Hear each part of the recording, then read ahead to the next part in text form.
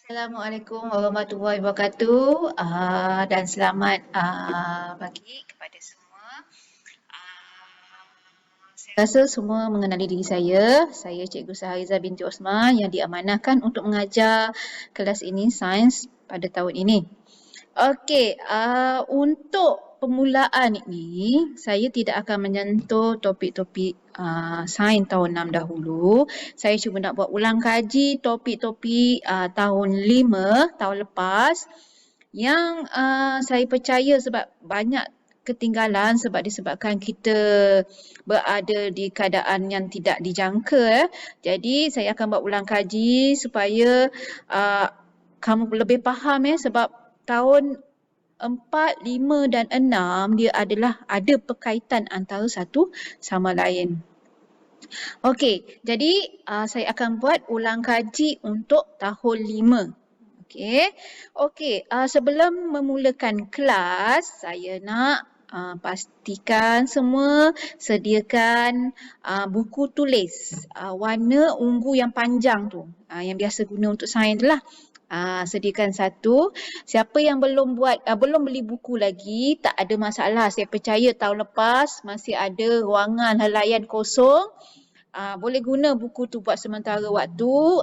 Cuma jarakkanlah, bezakanlah di antara darjah 5 punya dan darjah 6. Pakai tu dahulu, tak ada masalah. Okey, untuk buku teks, saya akan share link dalam kumpulan, dalam grup WhatsApp. Saya akan share untuk ni. Gunakan ni dulu. Gunakan soft copy buku teks ni dahulu. Buat sementara. Lepas kalau dah naik sekolah nanti, baru kita guna buku yang sebenar. Okey? Doa yang baik-baik, insya-Allah. Okey, untuk hari ini saya akan imbas kembali topik yang pertama. Kalau berada di darjah 3, darjah 1, darjah 2, darjah 3, darjah 4, darjah 5, topik pertama mestilah kemahiran saintifik. Ingat tak? Okey, kalau kamu ingat tak tahun 3 kamu belajar 6 kemahiran saintifik. Yang pertama memerhati, yang gambar buat daun tu kan, ingat tak? Daun. Yang kedua mengelas yang ada butang-butang. Yang ketiga mengukur menggunakan nombor, ukur kawan, kemudian membuat inference, meramal dan berkomunikasi. Itu 6. 6 yang kamu belajar pada tahun 3. Okey, kemudian lagi 6 kamu belajar pada tahun 4. Kalau ingatlah balik kan, pada tahun 4 kamu belajar tambah lagi 6 iaitu menggunakan perhubungan ruang dan masa, mentafsir data, mendefinisi secara operasi, mengawal pemboleh ubah, membuat hipotesis dan mengeksperimen. Ingat balik tak? Masa tahun 4 kamu belajar. Okey, masa tahun 3, saya ulang, masa tahun 3 kamu belajar yang ni 1, 2, 3, 4, 5, 6 dan masa tahun 4 kamu belajar ni 1, 2, 3, 4, 5 dan 6. Okey? Boleh? Jadi, kenapa kemahiran proses sains ni? Kenapa saya tekankan kemahiran saintifik, kemahiran proses sains ni? Kenapa? Sebab ia penting lebih-lebih lagi untuk kamu faham semasa menjawab soalan. Semasa soalan dikemukakan. Oh, macam ni. Kamu faham. Okey? Dari situlah kamu menggunakan kemahiran proses sains. Kemahiran manipulatif pula lebih kepada pengurusan. Yang ini biasanya kalau kita buat eksperimen, buat uji kaji, kemahiran manipulatif digunakan. Okey? Jadi yang pertama biasalah guna dan kendali. Okey, yang pertama. Yang kedua, yang ni guna dan kendali peralatan dan bahan dengan betul. Yang kedua, mengendalikan spesimen dengan betul. Apa spesimen? Contohnya macam rama-rama, tikus, daun, siput. Itu adalah spesimen. Kemudian melakar spesimen, peralatan dan bahan sains dengan betul. Kena faham lakar dengan lukisan tidak sama. Jangan salah Kemudian membersihkan peralatan sains dengan cara yang betul. Dah guna. Tahulah bersihkan. Okey. Kemudian last sekali menyimpan peralatan dan bahan sains dengan betul dan selamat. Yang ni kamu dah belajar daripada darjah 3, darjah 4 untuk kemahiran manipulatif ni difokus kepada darjah 4. Start darjah 4, darjah 5 kamu dah belajar ni. Darjah 5 ni cuma orang kata macam tahun lepas kamu sebagai untuk menambahkan fahaman kamu lagi. Okey. Tahun 6 ni lebih kepada berfokus kepada menjawab soalan. Okey, boleh Okey. Kemudian peraturan bilik sains. Yang ni saya rasa semua tahu kan. Masuk dalam bilik sains mestilah mendapat kebenaran, beratur lebih dahulu, cermin hendaklah dibuka. Yang tu memang secara umum. Dari darjah 1 sampai darjah 5 kamu dah belajar. Okey. Okey, seterusnya proses hidup manusia, proses hidup haiwan. Sebelum saya masuk kepada proses hidup haiwan ini, saya nak ajar kamu teknik-teknik dulu nak menjawab soalan-soalan. Sekejap Okey, teknik yang saya nak fokus kat sini adalah apabila nak menjawab pemerhatian dan menjawab soalan inference. Okey, ni. Okey, dua teknik ni. Sebab soalannya kadang-kadang soalan kalau ditanya pun boleh ubah. Yang tu InsyaAllah mudah. Tapi apabila tanya soalan pemerhatian dan inference, kadang-kadang kadang-kadang murid-murid dia jadi confused, dia jadi keliru. Macam mana nak jawab? Okey. So saya ajar teknik secara ringkas sahaja macam mana nak jawab pemerhatian. Okey, pemerhatian dia melibatkan 5 organ deria. Mata, telinga, hidung, lidah, kulit. 5 ni. Tadi kan saya cakap kan, apabila kamu pergi kepada kemahiran proses sains, kamu tengok sini kemahiran proses sains yang pertama tu dah memerhati. Jadi konsep memerhati ni, KS memerhati kamu guna untuk menjawab soalan pemerhatian. Okey. 5. Mata untuk melihat. Lihat apa yang kamu nampak. Telinga, apa yang kamu dengar. Hidung, apa yang kamu hidup. Lidah, apa yang kamu rasa. Dan kulit, apa yang kamu sentuh. Contoh yang ni, gambar ni. Gambar mangga masak ni. Apa yang kamu nampak? Warna kuning. Jadi, mangga itu berwarna kuning. Itu pemerhatian. Apa yang kamu nampak? Okey. Gunakan mata. Kemudian, jika kamu dapat hidu buah mangga ni. Tahu kan buah mangga kalau hidu, subhanallah sedap. Bau dia rasa macam harum. Betul? Kemudian, bila kamu dapat rasa, kamu gunakan lidah untuk merasa. So, kamu tahu bahawa rasanya manis. Kemudian, mangga bila kamu sentuh, kamu dapat pegang buah mangga tu, kamu sentuh, kamu rasa kulit. Oh, licin kulit dia. Okey?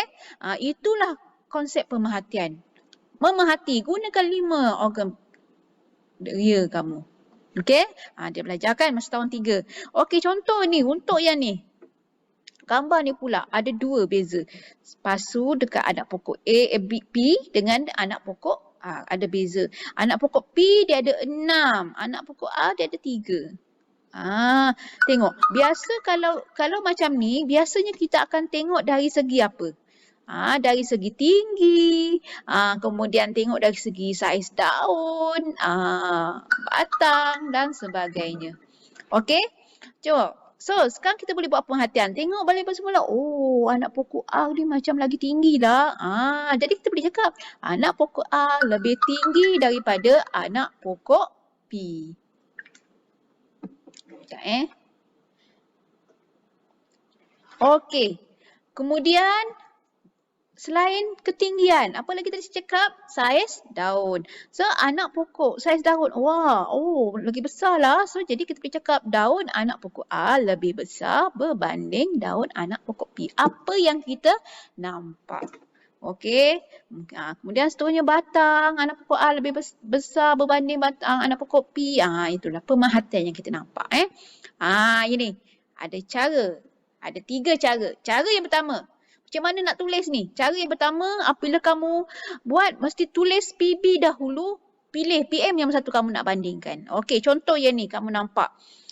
Dekat jadual ni, ada haiwan dan bilangan telur yang dihasilkan. Kita tahu bahawa yang bertukar dekat sini daripada awal adalah haiwan. So, haiwan ini kita kategorikan sebagai PM. Boleh ubah, dimanipulasikan.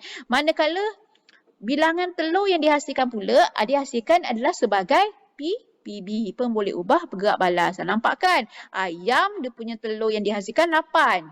Manakala penyu, telur yang dihasilkan 200. Banyak. Jadi macam mana kita nak buat perbandingan? Pemerhatian apa yang kita nampak. Jadi kita boleh nampak, jadi kita tulis dia, tulis PB, kemudian PM. Okey, bilangan telur yang dihasilkan, pilih naik mana? Oleh siapa?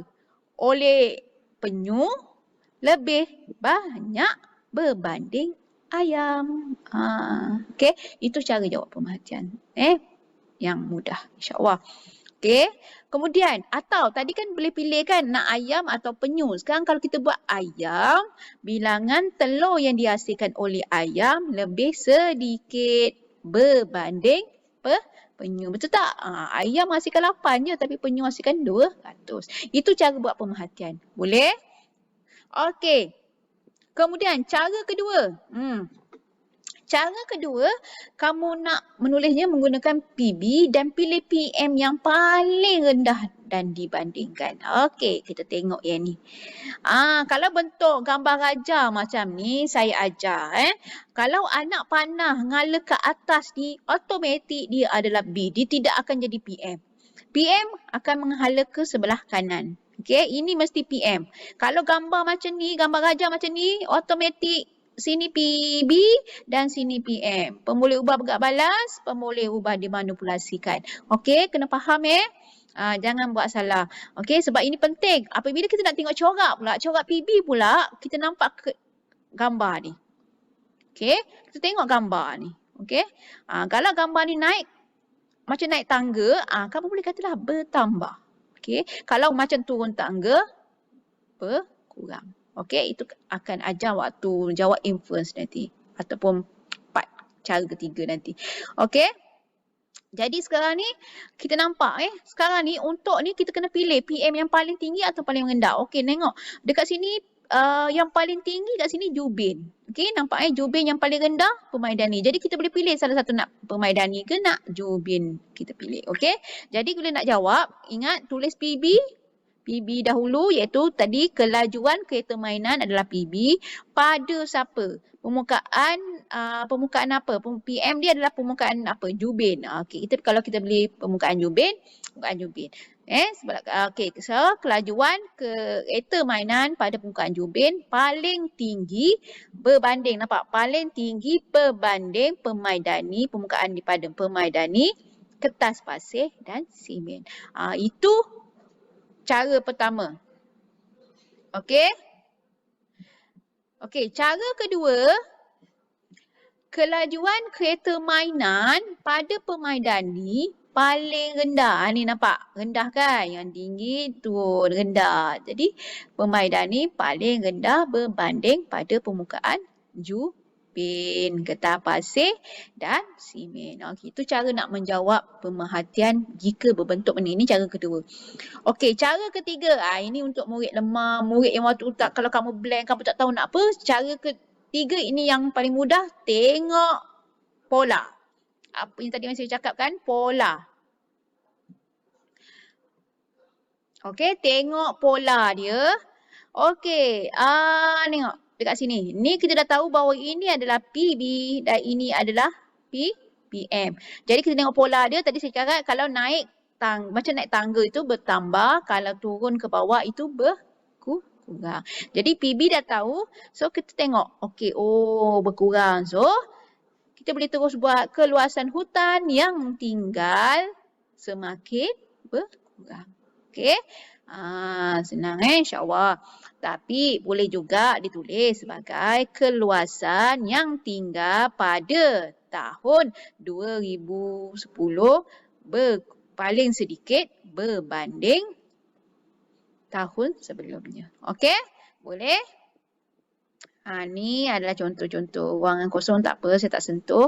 Okey, saya nak contoh seterusnya, apa cara jawab yang seterusnya iaitu inference. Okey, inference ni bila nak jawab soalan inference kena kenal pasti pemerhatian. Macam tadi saya cakap, pemerhatian dia menggunakan PB di depan dan di belakang.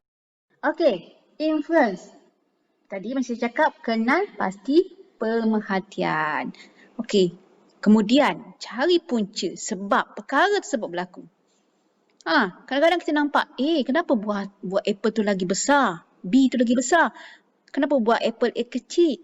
Kemungkinan sewaktu diberi baja, pokok apple A tu mendapat lebih banyak baja berbanding pokok apple B. Itu contoh sahaja. Okey, cara nak menulis inference ada dua cara. Okey, dia ni inference memang biasanya akan membuat perbandingan di antara A, B atau C. Okey, boleh? Okey, cara menulis inference pun kena ada caranya. Okey, cara yang pertama tulis pemerhatian. Tadi kita dah belajar cara nak cek pemerhatian kan. Kemudian lepas dah tulis pemerhatian, disambung dengan kerana dan lihat PM. Sebab tu saya kata tadi pemerhatian dia ada berkaitan, inference dia ada berkaitan dengan pemboleh ubah dimanipulasikan. Okey, faham? Manakala tadi pemerhatian pula dia ada kaitan dengan pemboleh ubah bergerak bala. Kalau perasan tadi pemerhatian di depannya PB dan di belakangnya keadaan. Betul? Apa yang berlaku? Apa yang kamu nampak? Manakala inference pula mula dengan pemerhatian dan ditulis kerana ataupun sebab diikuti dengan pemboleh ubah dimanipulasikan. Okey? Okey, contoh tengok gambar ni. Okey, gambar carta palang ni. Lihat, macam tadi saya cakap, yang ini adalah PB dan ini adalah PM. Jadi, dikatakan sini, carta palang di bawah menunjukkan keputusan penyiasatan tentang daya yang diperlukan untuk menolak kotak berlainan jisim di atas lantai yang jarak yang sama. Okey, lantai jarak yang sama. Tapi, kenapa jumlah daya yang diperlukan dengan jisim kotak yang berbeza semakin bertambah? Okey, kamu nampak PB tadi? Tadi PB adalah jumlah daya. Tadi cara nak jawab tulis apa ni? Mula dengan pemerhatian. Pemerhatian kita kena buat dulu. Pemerhatian apa? PB. Betul? Pemerhatian PB dia bertambah. Semakin bertambah. Jadi pemerhatian dia jumlah daya yang diperlukan semakin bertambah. Itu pemerhatian.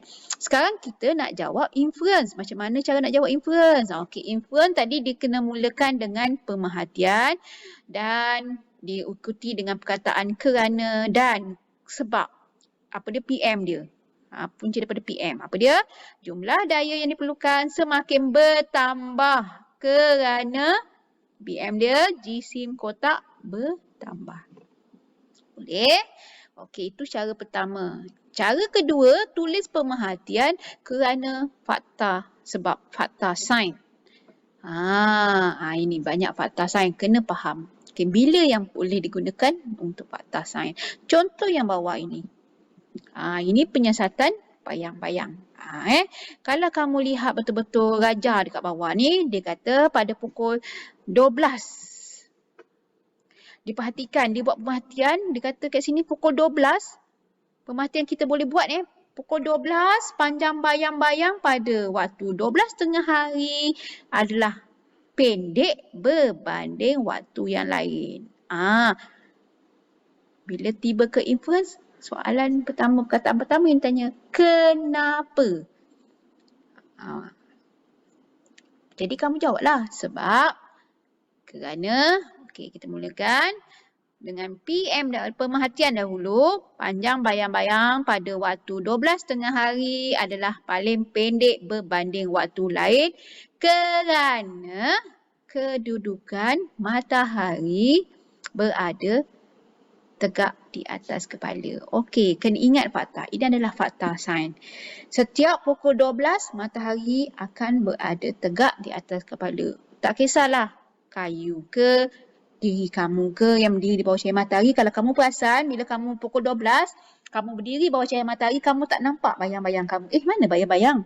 Okey, sebenarnya bayang-bayang sebab tak ada, sebab matahari betul tegak di atas kepala. Itu adalah fakta sains yang kamu kena ingat, kena tahu. Okey? Okey, kemudian fakta sains yang seterusnya. Sekumpulan pelajar mengumpul maklumat tentang kepupusan spesies haiwan di kawasan hutan. Okey, carta palang di bawah menunjukkan maklumat yang diperolehi. Okey, bilangan spesies haiwan yang pupus. Nampak ni, daripada tahun ni semakin bertambah. Betul? naik tangga, makin bertambah, bilangan semakin bertambah. Semakin bertambah tahun, semakin bertambahlah bilangan haiwan yang pupus. Soalannya dikatakan dinyatakan dua inference untuk menerangkan mengapa bilangan haiwan pupus pada tahun 1000 paling tinggi. Kenapa? Ini fakta sains. Bila fakta sains benda yang berlaku. Okey, kamu tahu bahawa spesies ini duduk kat hutan. Kamu tahu tak apa yang berlaku biasanya kalau haiwan tu pupus? Kenapa?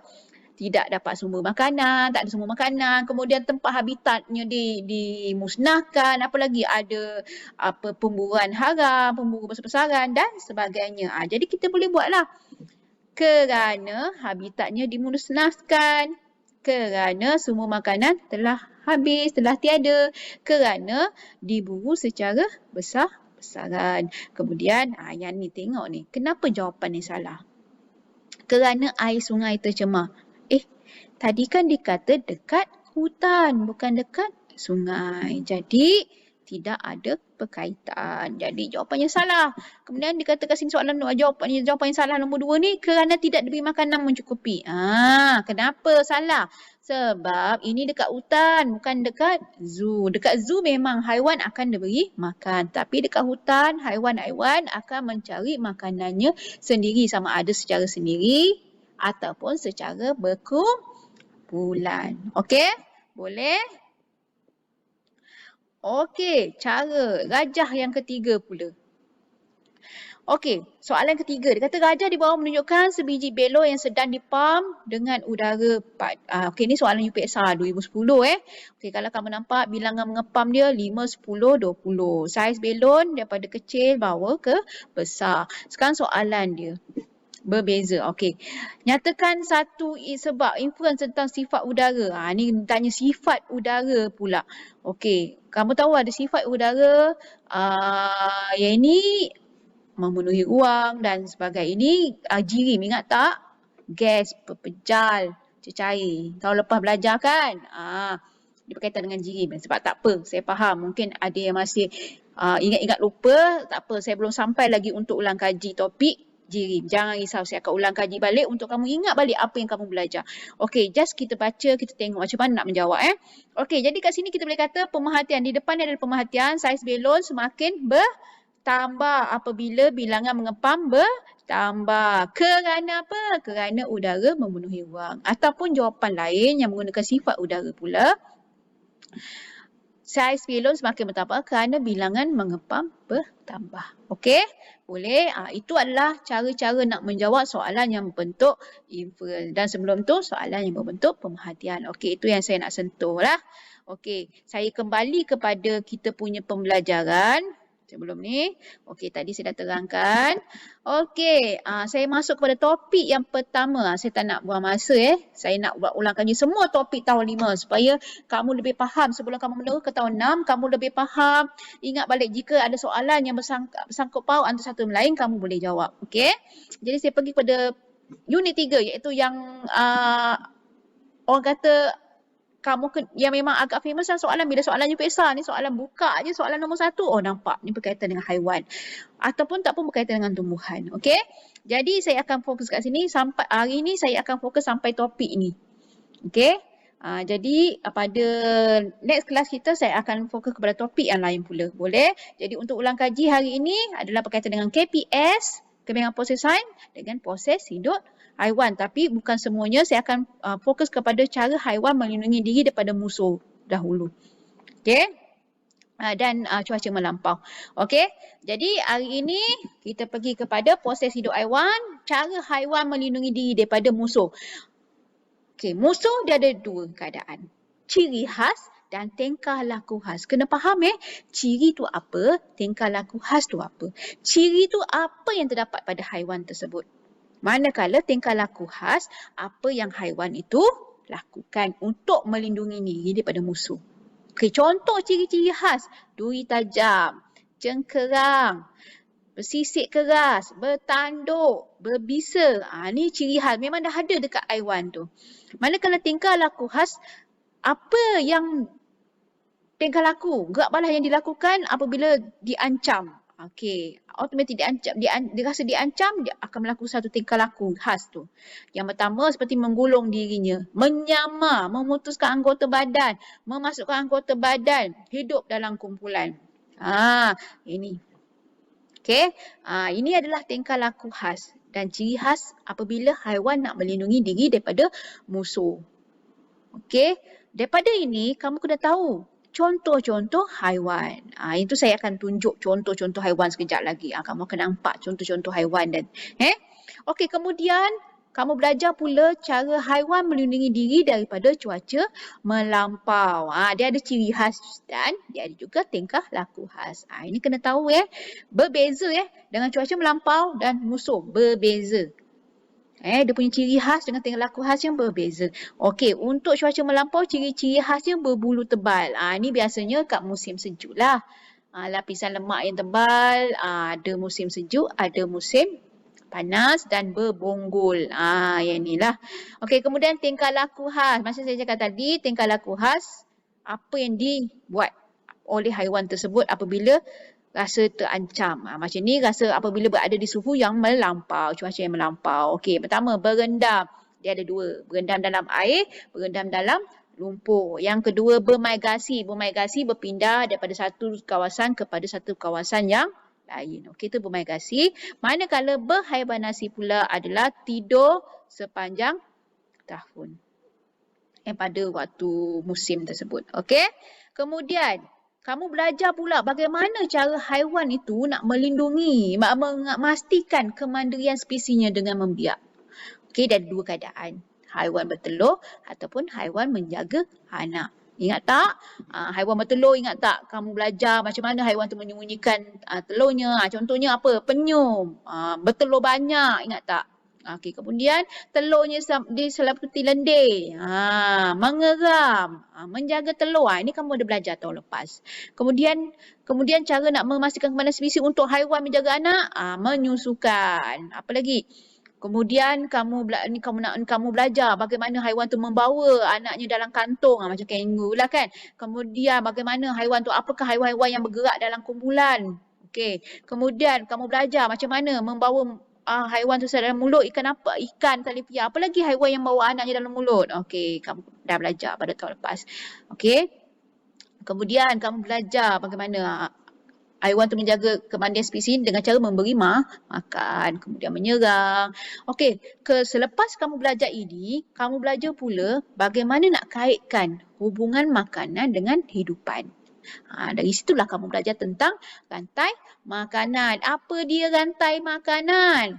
Hubungan di antara makanan dan hidupan dalam satu habitat. Itu masuk rantai makanan. Kena tahu apa masuk rantai makanan. Kena ingat rantai makanan ialah hubungan di antara makanan dan hidupan dalam satu habitat. Itu masuk rantai makanan. Apa pula siratan makanan? Okey, kalau perasan, rantai makanan ada satu floor je. Tapi siratan makanan mempunyai lebih daripada rantai makanan. Jadi apa masuk siratan makanan? Siratan makanan ialah gabungan rantai makanan dalam satu habitat. Okey, boleh? Okey, ni yang tadi saya cakap. Ni dia ciri-ciri khas cara haiwan melindungi diri pada musuh, ciri-ciri khas dia. Contohnya berbisa macam ular, kalajengking, lipan, yang bertanduk pula rusa, kambing, kerbau. Kemudian yang duri tajam, ikan buntal, landak, armadillo. Kemudian memasukkan anggota badannya kerang, kura-kura, siput, sisik keras, buaya, tenggiling. Okey, tingkah laku khasnya pula tadi ciri khas untuk melindungi daripada musuh. Sekarang tingkah laku khasnya pula hidup dalam kumpulan. Semut, gajah. Pasal tak? Untuk melindungi daripada musuh dia hidup dalam kumpulan supaya nampak macam seolah yang sangat besar. Kawanan yang sangat besar. Jadi mereka takut. Okey, kemudian memasukkan anggota badan dalam. Nampak macam kura-kura dan siput. Memutuskan anggota badan. Apa dia? Cicak. Apa dia? Sotong gurita. Suka memutuskan badan. Kemudian menyamar, sesumpah, rama-rama. Okey, mentadak. Itu yang menyamar. Mengulurkan diri, biasalah. ulat gonggok, tenggiling, itulah haiwan yang tingkah laku khasnya ini menggulungkan diri. Okey, seterusnya haiwan berlindung diri daripada cuaca melampau macam tadi daripada musuh, yang ini pula cuaca melampau. Okey, ini contoh-contohnya ciri khas yang berbonggol, tahulah kan, unta hidupnya dekat padang pasir, jadi bonggolnya boleh menyimpan air. Okey. Okey. Kemudian bulu tebal macam beruang kutub, serigala kutub. Ini bulu tebal lah. Kemudian lapisan lemak tebal, contoh-contoh haiwan, singa laut, penguin, paus. Ini biasanya hidup dekat cuaca melampau yang sejuk. Ini yang panas. Okey. Boleh. Kemudian tingkah laku khas. Ni. Berendam dalam lumpur, kebau, adak sumbu. Ni dua, berendam dalam lumpur. Macam sonok kan berendam kan. Kemudian berhibernasi. Hibernasi ni biasanya dia tidur. Tidur. Okey. Contohnya tupai, beruang kutub, musang ati. Ini berhibernasi. Kemudian bermigrasi, berpindah daripada satu kawasan ke satu kawasan lain. Bangau, paus. Ini adalah contoh-contohnya. Okey. Okey, seterusnya kalau ingat tahun lepas kamu ada buat aktiviti ni haiwan imajinasiku ada buat kan? Okey.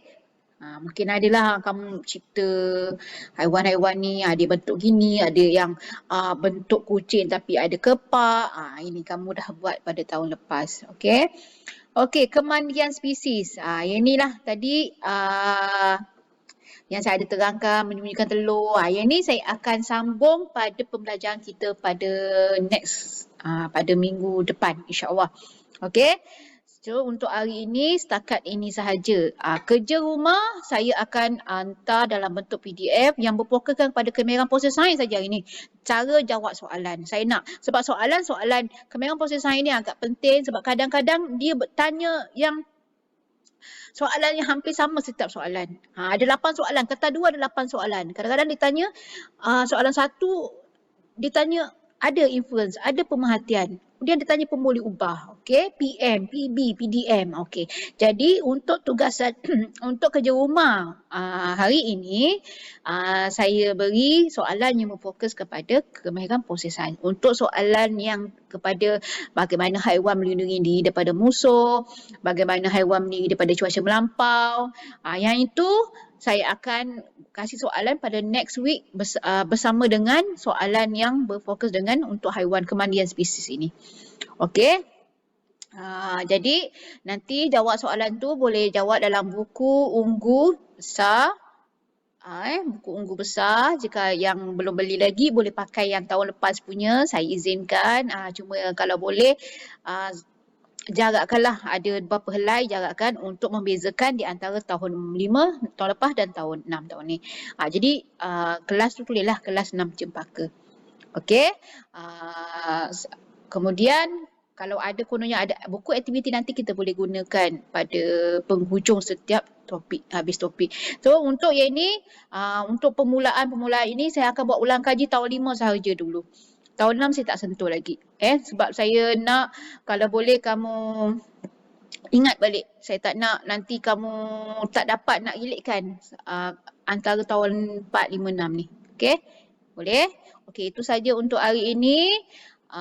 Kita jumpa lagi pada minggu depan. Terima kasih. Assalamualaikum. Bye.